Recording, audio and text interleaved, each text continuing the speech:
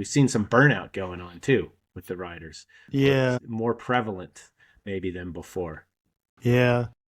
I think that I used to race into shape. Like I needed racing to get ready to race.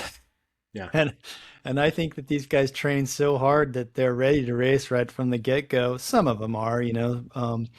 I noticed that um, the American, tall American on Jumbo, on Visma, uh, Jorgensen. Jorgensen isn't going to do Paris-Nice. He's like changing up his schedule a little bit, you know, and um, Pogacar's not racing until Strada Bianchi, and then he's got a long, you know, he's going to do Paris-Roubaix, Flanders, but then he's going to take a break and he's going to race Rominger, the Swiss stage race. Um, Roman D. Roman D. Rominger Yeah. was the Swiss racer. Yep. Yeah. Sorry.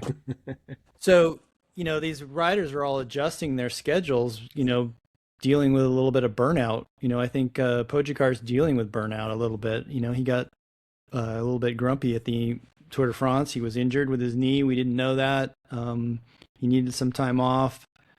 Can he be as dominant? So I think he has to adjust his schedule to be dominant. Yeah. Yeah. It'll be interesting to see the longevity of his career, how that pans out. Because I think that, the burnout, whether it's, we heard of this kind of surprise retirement of Simon Yates a couple of weeks ago.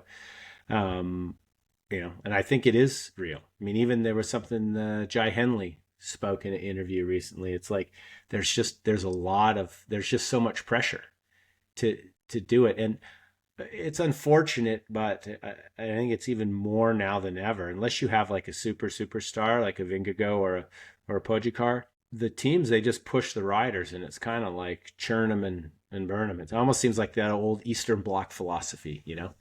Like if we had 100 riders to choose from in the U.S., they could run through a program. They would do that with 10,000 riders in the Soviet Union, and they would just put them in there and push them as hard as they could, and you might burn out 98% of them, but you 2% the cream rises to the top. But the rest of we didn't hear about those people, but it seems like that's happening now a little bit with these teams. I mean, looking at it from the outside, Well, and then they say training with power and the micromanagement, weighing their food at each meal, you know, that's what can get hard on the riders. And then also that pressure coming at a younger age. We used to always be told that, oh, you can't win a grand tour until you're 25 or late 20s. Now, look at Del Toro. He second year pro, almost won the Giro. So things have changed. yeah, yeah. But I think that the physiology, and it's easier to pick out these riders with amazing physiology, but there's kind of no test for mental strength other than time and just how they deal with it. And I think it seems like the burnout is definitely uh, leaning toward a larger percentage of it is mental rather than physical.